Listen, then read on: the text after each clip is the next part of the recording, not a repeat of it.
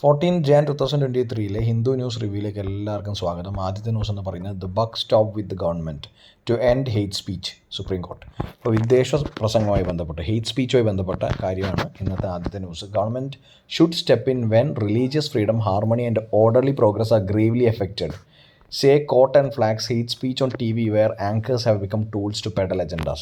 ഇപ്പോൾ ടി വിയിലുള്ള കാര്യങ്ങൾ, അതുപോലെ തന്നെ ആങ്കേഴ്സ് അജണ്ടകൾ പ്രൊപ്പഗേറ്റ് ചെയ്യാൻ വേണ്ടിയിട്ടുള്ള ഹെയ്റ്റ് സ്പീച്ചസ് അങ്ങനെയുള്ള കാര്യങ്ങൾ റെഗുലേറ്റ് ചെയ്യണം എന്നാണ് പറയുന്നത്. The anchors, they have to be very clear that they cannot go on TV and speak their minds whichever they want. What is not the exercise of freedom? That is not what the exercise of freedom. Freedom comes with responsibility. Justice K M Joseph പറഞ്ഞിരിക്കുകയാണ്, നമുക്ക് തോന്നിയ പോലെ നമ്മുടെ മനസ്സിലുള്ള കാര്യങ്ങൾ പൊതുവെ ഒരു public ആയിട്ടുള്ള മാധ്യമത്തിൽ പ്രൊപ്പഗേറ്റ് ചെയ്യാൻ പാടില്ല. അതൊരു അജണ്ട പ്രൊപ്പഗേറ്റ് ചെയ്യുന്ന പോലെയാണ്. അങ്ങനെ ഒരു ഹെയ്റ്റ് സ്പീച്ച് പാടില്ല എന്ന് പറയുന്നത്. അപ്പോൾ ഈ രീതിയിൽ എന്തൊക്കെയാണോ ഇൻസ്ട്രക്ഷൻസ് കൊണ്ടുവരാൻ വേണ്ടിയിട്ടാണ് സുപ്രീം കോടതി പറയുന്നത് ഈ ഹെയ്റ്റ് സ്പീച്ചിനെതിരെ, വിദ്വേഷ പ്രസംഗത്തിനെതിരെ. List steps taken, Delhi police told. The Supreme Court directed Delhi police to file an affidavit listing the steps taken to probe cases of hate speech in the capital. Capital സിറ്റിയിൽ hate speech നിർത്താൻ വേണ്ടി, വിദ്വേഷ പ്രസംഗങ്ങൾ നിർത്താൻ വേണ്ടിയിട്ടുള്ള എന്തൊക്കെ സ്റ്റെപ്സാണ് നിങ്ങൾ എടുത്തിരിക്കുന്നത് എന്ന് ചോദിച്ചുകൊണ്ട് ഒരു അഫിഡവിറ്റ് സമർപ്പിക്കാൻ വേണ്ടി സുപ്രീം കോടതി പറഞ്ഞിരിക്കുകയാണ്.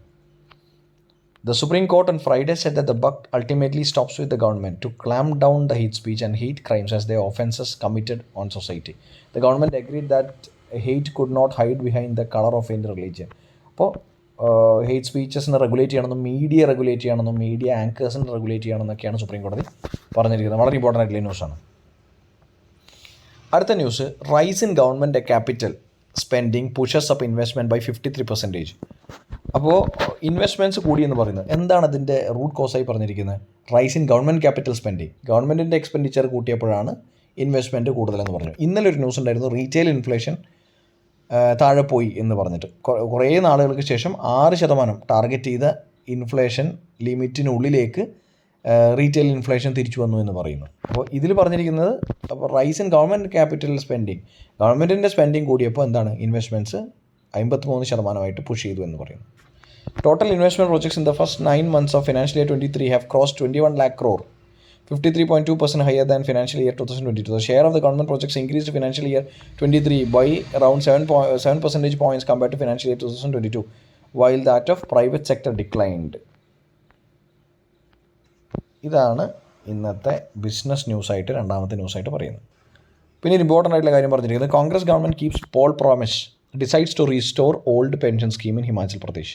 ഹിമാചൽ പ്രദേശിൽ കോൺഗ്രസ് ജയിച്ച കാര്യം നമുക്കറിയാമല്ലോ. അപ്പോൾ ഹിമാചൽ പ്രദേശിൽ പറഞ്ഞിരിക്കുന്ന ഒരു കാര്യം എന്ന് പറയുന്നത് അവരുടെ പോൾ, അതായത് വോട്ട് ചെയ്യുന്ന സമയത്തുള്ള പ്രോമിസ് ആയിരുന്നു, പിന്നെ തിരിച്ച് കോൺഗ്രസ് വന്നു കഴിഞ്ഞാൽ ഈ ഓൾഡ് പെൻഷൻ സ്കീം, NPS അല്ലാതെ old statutory pension scheme revamp ചെയ്യുന്നു, അത് അവർ പാലിക്കും എന്നാണ് പറയുന്നത്. Congress government keeps poll promise decides to restore old pension scheme in Himachal Pradesh. Old pension scheme restore ചെയ്യപ്പെടുകയാണ് ചെയ്യുന്നത് എന്ന് പറയുന്നു. ഇന്നത്തെ എഡിറ്റോറിയലിലേക്ക് എല്ലാവർക്കും സ്വാഗതം. ബൗണ്ട് സുപ്രമസി എന്ന തലക്കെട്ടോടുകൂടിയാണ് ഇന്നത്തെ എഡിറ്റോറിയലുള്ളത്. Parliamentary sovereignty isn't undone by the basic structure doctrine. Parliamentary സോവറൻറ്റിനെ കുറിച്ചും ബേസിക് സ്ട്രക്ചറിനെ കുറിച്ചുള്ളൊരു ആർട്ടിക്കിളാണ്. നമുക്കറിയാം, കേശവാനന്ദ ഭാരതി കേസിലാണ് ബേസിക് സ്ട്രക്ചർ തിയറി എന്ന് പറഞ്ഞ് കോൺസ്റ്റിറ്റ്യൂഷണൽ അമെൻഡ്മെൻറ്റുമായി ബന്ധപ്പെട്ട കാര്യത്തിൽ ഒരു തീരുമാനം സുപ്രീം കോടതി പറഞ്ഞിരിക്കുന്നത്. 73 കേശവാനന്ദ ഭാരതി കേസ് ഉണ്ടായിരിക്കുന്നത്. അതിൽ പറഞ്ഞിരിക്കുന്ന ഒരു കാര്യം എന്താണെന്ന് പറഞ്ഞാൽ, കോൺസ്റ്റിറ്റ്യൂഷനെ അമെൻഡ് ചെയ്യാനുള്ള പവർ ആർക്കുണ്ട്? പാർലമെൻറ്റിനുണ്ട്. പക്ഷേ അതിൻ്റെ ബേസിക് സ്ട്രക്ചർ, അതിൻ്റെ എസൻസ് കളഞ്ഞുകൊണ്ടുള്ള അമെൻമെൻറ്റ് പാടില്ല എന്നും ബേസിക് സ്ട്രക്ചർ തിയറിയിൽ പറയുന്നു. അതാണ് ബേസിക് സ്ട്രക്ചർ തിയറിൻ്റെ ഒരു ക്രക്സ് എന്ന് പറയുന്നത്. അതായത് ഒരു കോൺസ്റ്റിറ്റ്യൂഷൻ, ഭരണഘടനയിൽ ഏതെങ്കിലും ഒരു പ്രൊവിഷൻ അമെൻഡ് ചെയ്യുകയാണെങ്കിൽ, ഭേദഗതി ചെയ്യുകയാണെങ്കിൽ അതിൻ്റെ എസൻസ്, അതിൻ്റെ ബേസിക് ഫീച്ചേഴ്സിനെ എഫക്റ്റ് ചെയ്യരുത്. കാരണം കോൺസ്റ്റിറ്റ്യൂഷണൽ ഫ്രെയിമേഴ്സ് വിചാരിച്ച ആ സമയത്തെ എത്തിക്സും വാല്യൂസും അതിൻ്റെ കോർ പ്രിൻസിപ്പിൾസിനെ മാറ്റം വരുത്തിക്കൊണ്ട് അമെൻമെൻറ്റുകൾ പാർലമെൻറ്റ് അമെൻമെൻറ്റ് വഴി കൊണ്ടുവരരുത് എന്നാണ് ബേസിക് സ്ട്രക്ചർ ഉദ്ദേശിക്കുന്നത്. പക്ഷേ ഈയിടെയൊക്കെ ഒരു പ്രശ്നം ഉണ്ടായിരുന്നത്, അതായത് ബേസിക് സ്ട്രക്ചർ തിയറി എന്ന് പറയുന്നത് പാർലമെൻറ്റിൻ്റെ ആ പവറിനെ, എലക്റ്റഡ് ആയിട്ടുള്ള റെപ്രസെൻറ്റേറ്റീവ്സിൻ്റെ ആണല്ലോ പാർലമെൻറ്റ്, അപ്പോൾ ആ പാർലമെൻറ്റിൻ്റെ പവറിനെ ഡീഗ്രേഡ് ചെയ്യുന്നതാണ് എന്ന് പറഞ്ഞിട്ടുള്ള അഭ്യൂഹങ്ങളുണ്ടായിരുന്നു, അല്ലെങ്കിൽ അതുപോലെ ആരോപണങ്ങളുണ്ടായിരുന്നു. അതിനെ കൺസേൺ ചെയ്യുന്നതാണ് ഇന്നത്തെ എഡിറ്റോറിയലിൻ്റെ അനാലിസിസ്. ഇപ്പോൾ ഇതിൽ പറഞ്ഞിരിക്കുന്നത് പാർലമെൻ്ററി ലെജിസ്ലേഷന്, പാർലമെൻറ്റ് പുറപ്പെടുവിക്കുന്ന നിയമങ്ങൾക്ക് 2 തരം റെസ്ട്രിക്ഷൻസ് ഉണ്ടെന്ന് പറഞ്ഞു. 2 limitations under the Constitution of India. One is by judicial review or the power of constitutional courts to review legislation for possible violation of any fundamental right. ഏതെങ്കിലും മൗലിക അവകാശങ്ങളെ അത് ഹനിക്കുന്നുണ്ടോ എന്ന് നോക്കാൻ വേണ്ടിയിട്ടുള്ള ഒരു പവർ കോർട്ടിനുണ്ട്. കാരണം ഏതെങ്കിലും നിയമങ്ങൾ പാർലമെൻറ്റ് പാസ്സാക്കി കഴിഞ്ഞാൽ അത് ഒരു ഫണ്ടമെൻ്റൽ റൈറ്റിനെ ബാധിക്കരുത് എന്നുള്ളത് ഇമ്പോർട്ടൻ്റ് ആയിട്ടുള്ള കാര്യമാണ്. അത് ആർട്ടിക്കിൾ 13 പറഞ്ഞിരിക്കുന്നുണ്ട്. അതുപോലെ തന്നെ another is one, no amendment is of the constitution should have effect of destroying any of the basic features. ഒരു തരത്തിലുള്ള അമെൻമെൻറ്റും ഉണ്ട് ബേസിക് ഫീച്ചേഴ്സിനെ തകർക്കുന്നതാവാൻ പാടില്ല. അപ്പോൾ ആദ്യത്തെ കാര്യം, അതായത് ഏതെങ്കിലും നിയമം ഫണ്ടമെൻ്റൽ റൈറ്റ്സിന് എതിരാണോ എന്നുള്ളത് ആർട്ടിക്കിൾ 13 ഇംപ്ലിസിറ്റ്ലി ഇൻഡയറക്ട്ലി പറഞ്ഞിട്ടുണ്ട്. എന്താ പറയുന്നത്, any law inconsistent or in derogation of fundamental rights are void. ഏതെങ്കിലും രീതിയിൽ ഫണ്ടമെൻ്റൽ റൈറ്റ്സിന് ഇൻകൺസിസ്റ്റൻ്റ് ആയിട്ട് അതിന് കൃത്യമായ രീതിയിൽ അലൈൻഡ് അല്ലാത്തതോ അല്ലെങ്കിൽ ഏതെങ്കിലും ഫണ്ടമെൻ്റൽ റൈറ്റ്സ് കളയുന്നതോ ആയിട്ടുള്ള നിയമങ്ങൾ കൊണ്ടുവന്നാൽ അത് വോയിഡ് ആയിരിക്കും എന്ന് പറയുന്നു. നേരെ രണ്ടാമത്തെ കാര്യം പറഞ്ഞിരിക്കുന്നത് ബേസിക് സ്ട്രക്ചറാണ്. അറിയാമല്ലോ, നമ്മളിപ്പോൾ ഡിസ്കസ് ചെയ്ത ബേസിക് സ്ട്രക്ചർ ഏതെങ്കിലും രീതിയിൽ അതിൻ്റെ എസൻസിനെ, ബേസിക് പ്രിൻസിപ്പിൾസിനെ ബാധിക്കുന്നതാണെങ്കിൽ അമെൻമെൻറ്റ് പാടില്ല എന്ന് പറഞ്ഞു. അതായത് പാർലമെൻറ്റ് നിയമം വഴി അങ്ങനെയുള്ള കോർ പ്രിൻസിപ്പിൾസ് അമെൻഡ് ചെയ്യാൻ പാടില്ല എന്നതാണ് അതിൻ്റെ കാര്യം. Vice president Jagdeep Dhankhar's remark questioning the basic structure of doctrine propounded in landmark Kesavananda Bharati case does not reflect the correct position of law.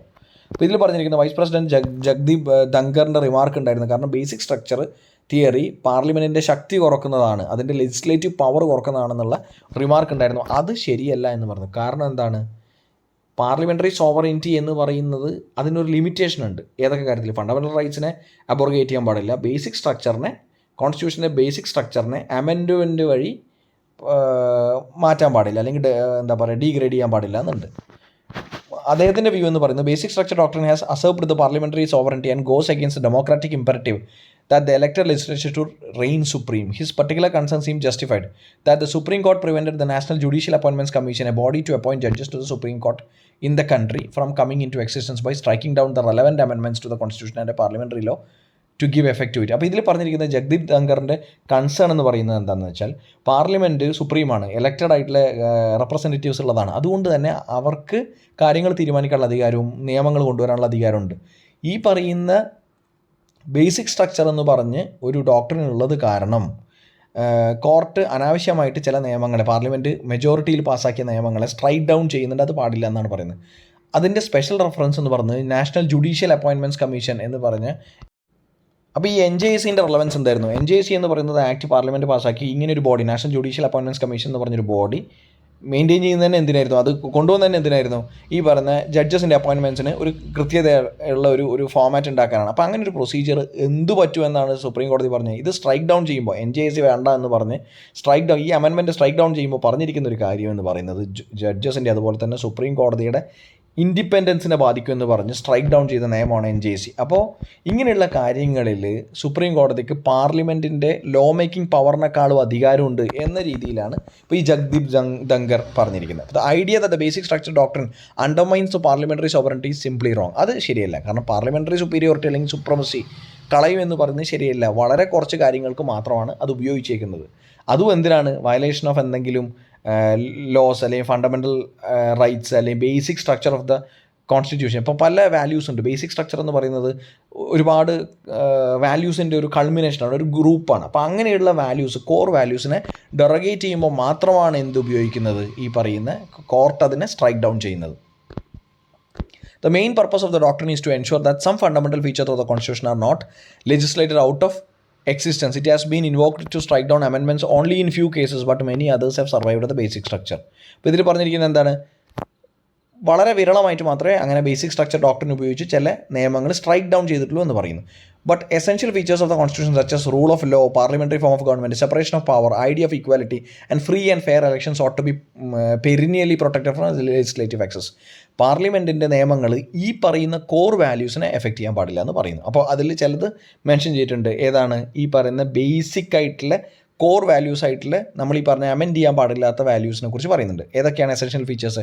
Rule of law, parliamentary form of government, separation of power, idea of equality and free and fair elections. ഇത്രയും കാര്യങ്ങൾ. അപ്പോൾ basically ഇത് പാർലമെൻറ്റിൻ്റെ അധികാരത്തെ തകർക്കുന്നതല്ല, മറിച്ച് fundamental റൈറ്റ്സിൻ്റെ പ്രൊട്ടക്ഷനും അതുപോലെ തന്നെ core values of the constitution protect ചെയ്യാനും കൂടെ വേണ്ടിയാണ് ഈ ബേസിക് സ്ട്രക്ചർ തിയറി. ഇതാണ് ഈ എഡിറ്റോറിയൽ അനലൈസ് ചെയ്യുന്നത്.